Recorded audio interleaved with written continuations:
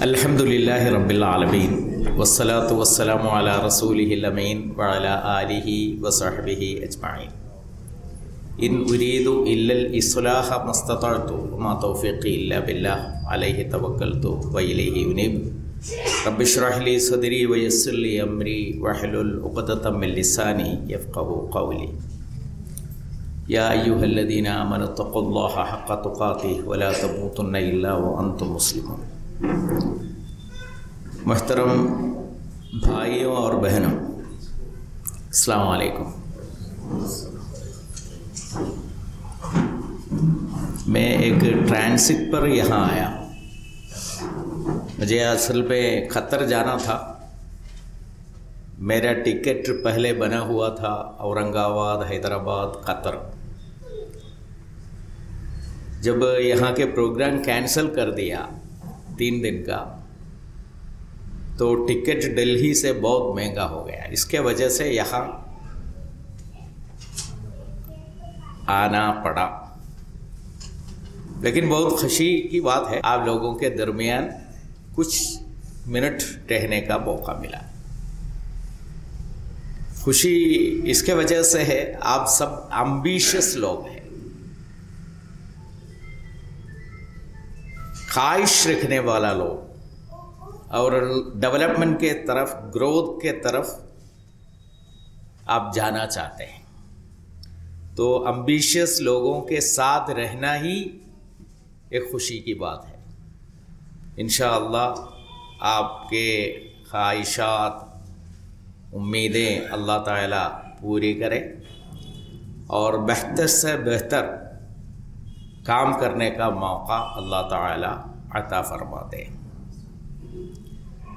हिंदुस्तान में कितने मुसलमान हैं, कितने परसेंट मुसलमान हैं, उसमें कई आदाद व शुमार हमारे सामने आता है। ज़्यादातर 14% से 18% तक कहते हैं, और कुछ लोग उसके ऊपर कहने वाले भी हैं। लेकिन 200 से ज़्यादा मिलियन मुसलमान, 20 करोड़ से ज़्यादा मुसलमान हिंदुस्तान में रहते हैं। लेकिन पूरा हिंदुस्तान का इकोनॉमी में मुसलमानों का शेयर क्या है? मुसलमानों का शेयर 3% या 4% है। उसका मतलब हिंदुस्तान के जीडीपी में हमारे डेमोग्राफिकल जो आदाद व शुमार है, उसका मुकाबले में हमारा कंट्रीब्यूशन बहुत कम है। मुसलमानों का कंट्रीब्यूशन बहुत कम है, और पहले के मुकाबले में कम होता जा रहा है कई वजूहात से।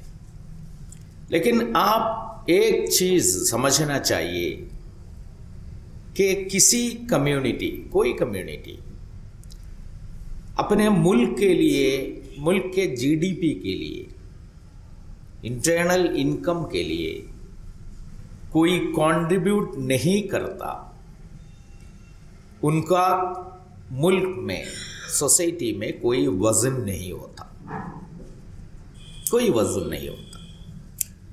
अगर मुल्क में इज्जत के साथ, हौसले के साथ, एतिमाद, खुद एतिमाद के साथ अगर रहना है, तो हम हिंदुस्तान के जीडीपी में हमारा कंट्रीब्यूशन देना चाहिए। 2 स्टेट को मैं ले लूँगा। एक स्टेट आसाम है। सबसे ज़्यादा एनआरसी का मसला आसाम में है। कई वजूहात हैं। उसमें एक वजह यह भी है, जो वहाँ के गांव के, देहातों के लोग हैं, वो सिर्फ labour class, unskilled labour class लोग हैं। वो भी 13-12 इधर उधर चलता है, काम बहुत कम कर पाता है, उनके पास काम नहीं है। इसके वजह से वो हिंदुस्तान के सारे सिटीज़ में वो पहुंचते हैं। कुछ लोग काम करते हैं, कुछ लोग नहीं करते हैं, तो वहाँ उनको कोई वज़न नहीं है। और कई तकरीरों में ये बात आती है कि क्यों ये कम्युनिटी यहाँ रह रहे हैं, यहाँ के रिसोर्सेस को वो यूज़ कर रहे हैं, लेकिन हिंदुस्तान के लिए क्या वो देते हैं। वो एक स्टेट है और इस तरह के दूसरे स्टेट भी हिंदुस्तान में हैं। और दूसरा एक स्टेट है केरला।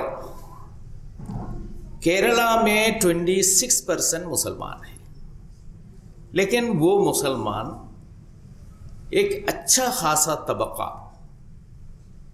हिंदुस्तान के बाहर काम कर रहे हैं।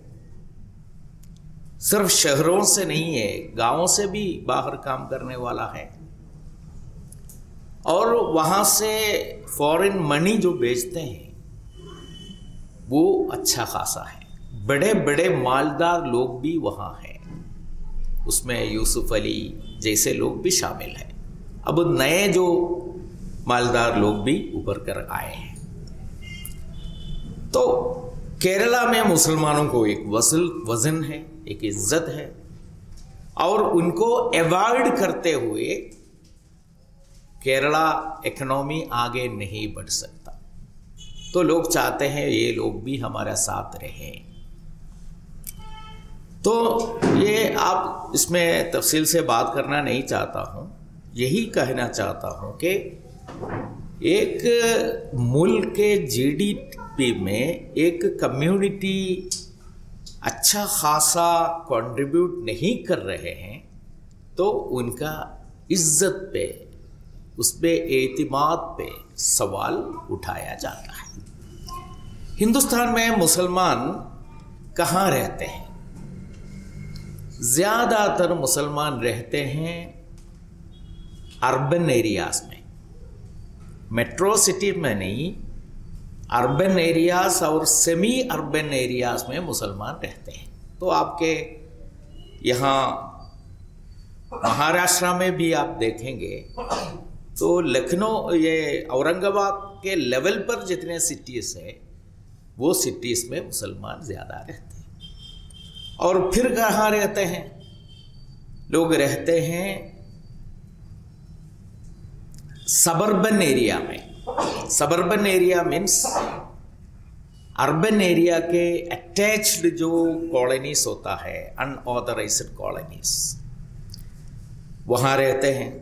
वो आपको कलकत्ते में मिलेगा, दिल्ली में मिलेगा, बॉम्बे में मिलेगा, और हर सिटी में, लखनऊ में मिलेगा, हर सिटी में आपको मिलेगा सबर्बन एरियाज में रहने वाला।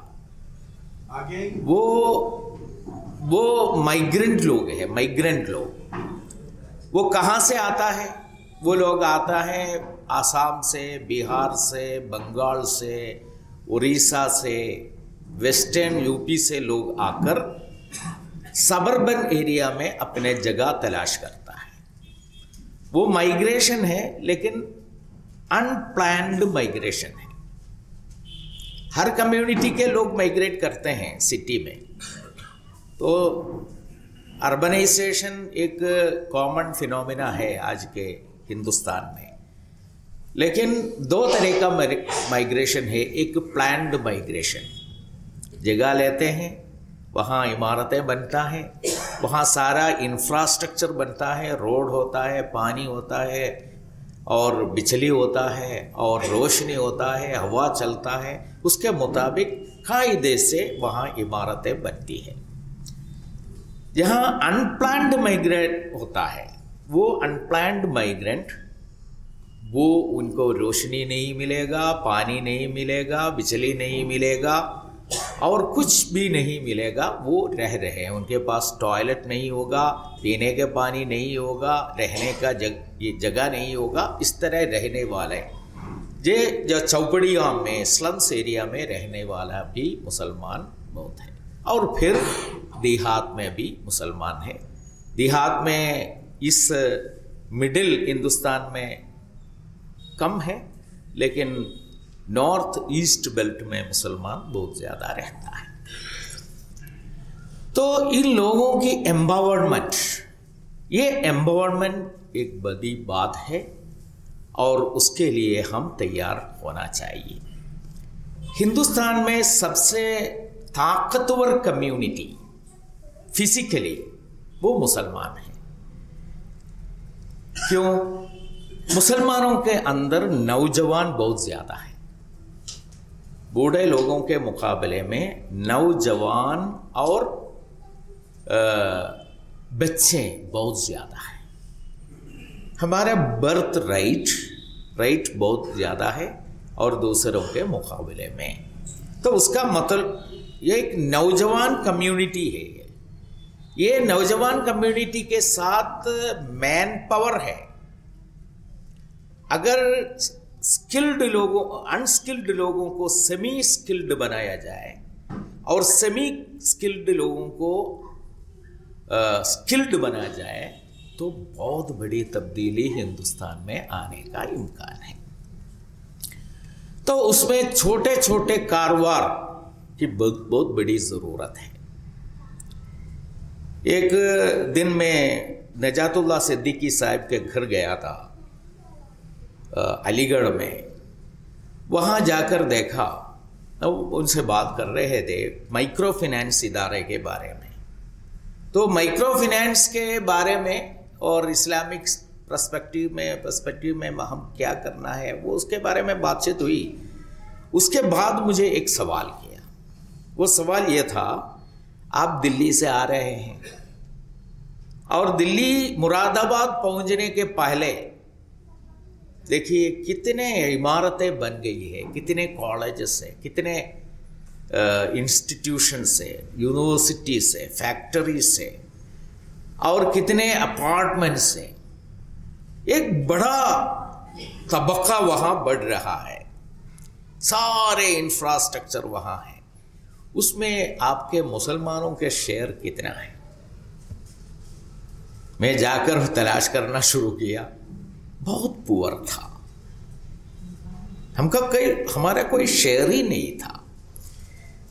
तो मैं सोचा तो माइक्रो फाइनेंस लेवल में हमारा काम होना चाहिए और बढ़ना चाहिए। उसी तरह हमारा काम उसके ऊपर के लेवल पर middle class, upper middle class लोगों के दरमियान भी होना चाहिए। नजातुल्लाह सिद्दीकी साहब और एक बात कहा उस वक्त, देखिए इस बड़े जो कारोबार है, बड़े चीज़ें हैं, उसमें आपका काम होगा तो आपके कम्युनिटी के नीचे लेवल तक उसका फायदा होगा। किसी ने एक एंटरप्राइजेस शुरू किया तो 4 लोगों को रोजगार देंगे, 5 लोगों को देंगे। एक बार मैं यूसुफ अली साहब से बात कर रहा था। मैं उनसे कहा, आप देखिए, आप सोसाइटी को कुछ नहीं करना है, आप ये करना है गरीब इलाके में आपके प्रोसेसिंग यूनिट बना लिए, वहाँ सस्ता लेबर मिलेगा।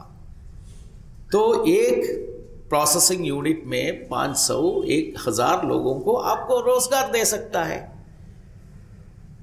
तो उन्होंने कहा, मैं यूपी में वो करता हूँ, एक ही प्रोसेस यूनिट में मैं 4000 लोगों को काम देता हूँ। तो अगर हमारे इकोनॉमिक डेवलपमेंट होगा, वो इकोनॉमिक डेवलपमेंट की बात लोगों के नीचे लेवल तक पहुंचेगा। और माल के बारे में यहाँ बताया गया, हमारे रूहानी एक जिंदगी है। रूहानी जिंदगी के लिए एक क़याम है। क़याम मीन्स हमको बैकबोन कर सकता है। वो मस्जिद है या काबा है। पूरे दुनिया के रूहानी जिंदगी का एक बैकबोन, उसका क़याम, वो बताया गया कुरान में, वो काबा है। लेकिन आपके दुनियावी जिंदगी है, ये दुनियावी जिंदगी का क़याम क्या है, इसका बैकबोन क्या है? वो माल है, माल है, माल खैर है। मालदार लोगों को कुरान में साहिबुल खैर बता दिया है। माल फज़लुल्लाह है। कुरान में कई बार माल को फज़लुल्लाह, वब्तगू मिन फज़लिल्लाह, वब्तगू मिन फज़ली, कई बार कहा। तो फज़लुल्लाह है, खैर है और क़याम है। इसको हम हासिल करने की कोशिश करना चाहिए। किसी वक्त लोगों ने कहा ये अद्दुन्या जीफतुन व तुल्लाबुहा किलाब, ये दुनिया एक मैयत है, वो उसके पीछे पड़ने वाला कुत्ते हैं। वो इस्लाम का नजरिया नहीं है। इस्लाम का नजरिया माल के बारे में दूसरा है। तो माल वेल्थ क्रिएशन हमारी जिम्मेदारी है और हिंदुस्तान में आज की जरूरत है। तो उसमें काम करना बहुत बड़ा बात है। इसमें हलाल और हराम के बारे में गुफ्तगू यहां हुआ है। रिबा और बैअ, ये देखने में एक ही चीज लगता है। रिबा क्या है, बैअ क्या है, एक ही होगा। इसलिए अल्लाह ताला एक ही सांस में कह दिया, अहल्लल्लाहुल बैअ व हर्रम रिबा। बैअ को अल्लाह हलाल कर दिया, रिबा को अल्लाह हराम कर दिया, एक ही सांस में, उसके बीच में वक्फा नहीं है। अहल्लल्लाहुल बैअ व हर्रम रिबा। तो उसका मतलब यह है, बहुत बारीक है, उसके दरमियान का फर्क बहुत बारीक है। उसका एहसास हमको होना चाहिए। एक बैअ कब हीरा, कब वो रिबा हो सकता है, एक रिबा कब बैअ हो सकता है। तो हर वक्त हमारे अंदर कंफ्यूजन होता है। वो कंफ्यूजन के वजह से पूरा दुनिया भर में शरिया स्कॉलर्स उसमें काम किया है। क्या रिबा है, क्या बैअ है, ये अलग करने के लिए सिंपल एक चीज हमारे सामने है। वो ये है कि कोई कारोबार आप कीजिए, कोई इंडस्ट्री आप शुरू कीजिए, उसमें 4 पॉइंट है, 4 फैक्टर्स है। एक कैपिटल है, उसके लिए कैपिटल चाहिए। दूसरा एक एंटरप्रेन्योर चाहिए। तीसरा एक जगह चाहिए, जमीन या बिल्डिंग या कोई फ्लोर, कुछ रूम चाहिए, और लेबर चाहिए। ये 4 चीजें बहुत सिंपल, ये 4 चीज होना चाहिए। उसमें इस्लाम कहता है कि लेबर उनको कूली देना चाहिए, लेबर को कूली, सैलरी, उनको सैलरी देना चाहिए। जमीन को या स्पेस को आप रेंट देना चाहिए। कन्वेंशनल तरीका में भी कोई बात नहीं, और इस्लाम में भी वही है, लेबर को कूली और स्पेस को आप रेंट देना चाहिए। फिर एंटरप्रेन्योर, उनको फायदा मिलना चाहिए, प्रॉफिट मिलना चाहिए। और इनको क्या मिलना चाहिए, कैपिटल को, कैपिटल देने वालों को। उसमें सिर्फ उसमें फर्क है। कन्वेंशनल मेथड या आज के दुनिया का मेथड कहते हैं कि कैपिटल को रिबा मिलना चाहिए,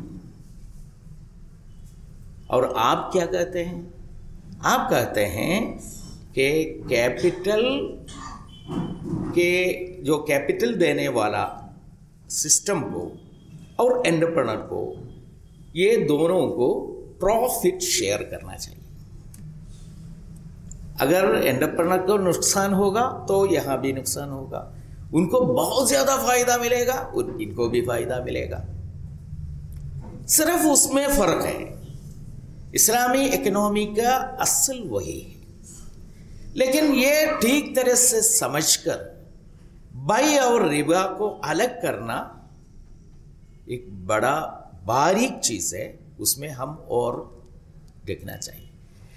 कभी कभी हमारे अंदर जो कारोबार होता है, शेयर बिजनेस होता है, वो शेयर बिजनेस बाई से कभी कभी रिबा पर चले जाता है, वो ध्यान रखना चाहिए, उसकी जरूरत है। देखिए, एक कम्युनिटी का डेवलपमेंट इंडेक्स में एक बात शामिल है, उसको कैपिटल से एक्सेस कितना है। हमारे अंदर बहुत सारे लोग हैं, उनके अंदर कैपेबिलिटी है, काम कर सकता है, तजुर्बा है, उनको डेवलप कर सकता, उनके अंदर पोटेंशियल है, लेकिन उनके पास पैसा नहीं है। ये कई लोगों के पास पैसा है, वो पैसा कहां देना चाहिए, उनके पास टाइम भी नहीं है, पोटेंशियलिटी भी नहीं है, कैपेबिलिटी भी नहीं है, और वो उस मूड का आदमी भी नहीं है। तो इसके दरमियान ताल्लुकात बनना, मुलारबा और मुशारका के इसमें काम करना आज की जरूरत है, आज की जरूरत है। उसके लिए अफराद तैयार होना चाहिए, उसके लिए इंस्टीट्यूशंस कायम होना चाहिए, और उसके दरमियान जोड़ने का एंटिटीज भी कायम होना चाहिए। यह आज की बहुत बड़ी जरूरत है। लेकिन उसमें क्या होता है, वो हमारे दरमियान बहुत होता है। शेयर कलेक्ट करते हैं लोग, और कोई कारोबार शुरू करता है, कोई चीज शुरू कर जाता है, लेकिन वहां कई वजूहात से मसाइल पैदा होता है, हल नहीं कर सकता है, और कई कारोबार डूब भी जाता है। कुछ लोगों ऐसा है, बहुत सारा पैसा है उनके पास, अनअकाउंटेड मनी कई तरह से आता है, इस दुनिया में चलने वाली, और वो किसी जगह 10% या 20% कहां से प्रॉफिट मिलेगा वहां लेकर डालते हैं, चंद साल प्रॉफिट मिलेगा, फिर वो डूब जाता है। कहां जा रहे हैं किसी को मालूम नहीं है। अगर 100 करोड़ एक आदमी कलेक्ट किया, ठीक तरह से प्रॉफिट नहीं होता है, लेकिन वो 20% प्रॉफिट देते हैं, प्रॉफिट लोगों को देते हैं, तो कितना साल होना चाहिए ये पूरा डूबने के लिए? 5 साल होना चाहिए। 20%, 20%, 20%, 20% खत्म, और वो 3 साल में भी डूब जाता। और जब डूब जाना शुरू होता है तो 20 से 25 तक छटाता है प्रॉफिट को। क्यों? और भी इन्वेस्टमेंट आना चाहिए, और ये तालाब में पैसा लेकर जाता। ये क्यों होता है? एक देने वाला रिस्क देने के लिए तैयार नहीं है।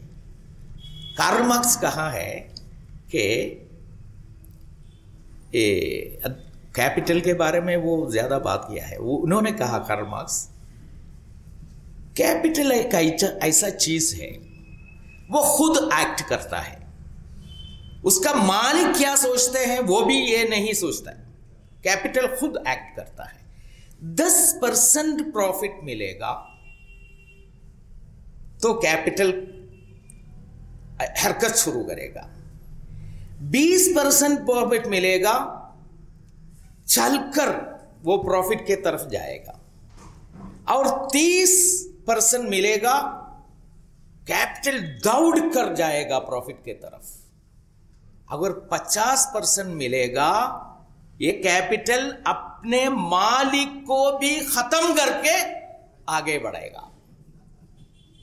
वो मालिक भी खत्म हो जाएगा कैपिटल इसके इस टेंडेंसी कैपिटल के साथ है। तो अगर इमाम शाफी कहते हैं कभी कभी मालिक, हम पैसा के मालिक है, माल का मालिक है, कभी कभी क्या होता है हमारा मालिक पैसा हो जाता है। ये इमाम शाफी के बात है। तो हम ये सोचना चाहिए कि हम हमारे पूरे कैपेसिटी के साथ इस्लामी नुक्ता नज़र में जम के रहें। उसकी बात यहाँ आई है, ट्रांसपेरेंट हो जाए। जहाँ जहाँ शेयर बिजनेस होता है वहाँ आप बहुत क्लैरिटी के साथ मेमोरेंडम ऑफ अंडरस्टैंडिंग रखिए। तो मैं दिल्ली में बैठता हूँ, कई में जमात के सीट पे बैठता हूँ, तो लोगों के दरमियान मसाइल पैदा होता है।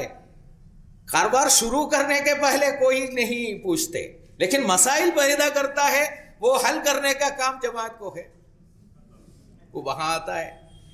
तो हम सवाल करता है लोगों से कि आप सही है, शेयर कारोबार आप शुरू किया, आपका दरमियान मेमोरेंडम अंडरस्टैंडिंग क्या है, एसोसिएशन ऑफ पर्संस क्या है, उसके क्या क्या आप तैयार किया है। अगर मसला हल करना है उसके लिए एक बेस होना चाहिए ना। ये था, उसके मुताबिक गलत कौन किया, ये किया, कहां कैसे करेंगे? हम नहीं कर सकता, किसी को नहीं कर सकता। अगर मसला बन जाएगा, वो हल करने के लिए भी है हमको कुछ उसूल की जरूरत है। तो ट्रांसपेरेंट होना, देखिए इस्लाम में माली मुआमलात सिर्फ ईमानदारी पर डिपेंड नहीं है, वो आप समझना चाहिए। सब ईमानदारी हमारे अंदर होनी चाहिए, वो बढ़ानी चाहिए, उससे काम लेना चाहिए, लेकिन माली मुआमलात में सिर्फ ईमानदारी से काम नहीं होगा।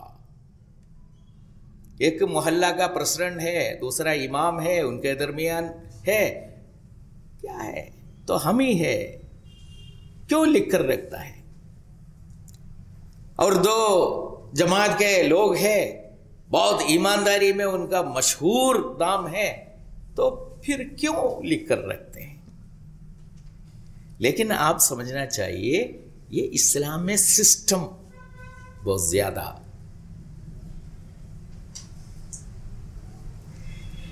सबसे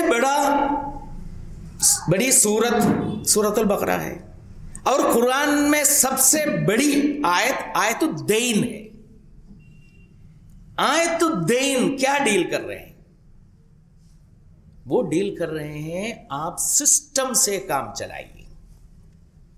यूरोप में अल्लाह पर ईमान नहीं रखते हैं लोग, फिर भी बहुत ठीक से चीज होती है। क्यों होती है? वो सिस्टम से होती है, सिस्टम से होती है।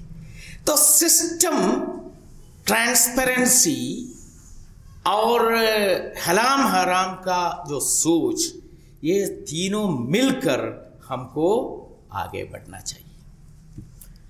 तो इंशाअल्लाह हमारे अंदर ये बेदारी आ रही है अल्हम्दुलिल्लाह, और हमको बड़े बड़े काम कर सकते हैं, बड़े बड़े काम कर सकते हैं, लेकिन सलीके से करना चाहिए, ट्रांसपेरेंटली करना चाहिए, मेहनत करना चाहिए। कोई कारोबार शुरू करना छोटा काम नहीं है, फुल टाइम उसमें तवज्जो देना है।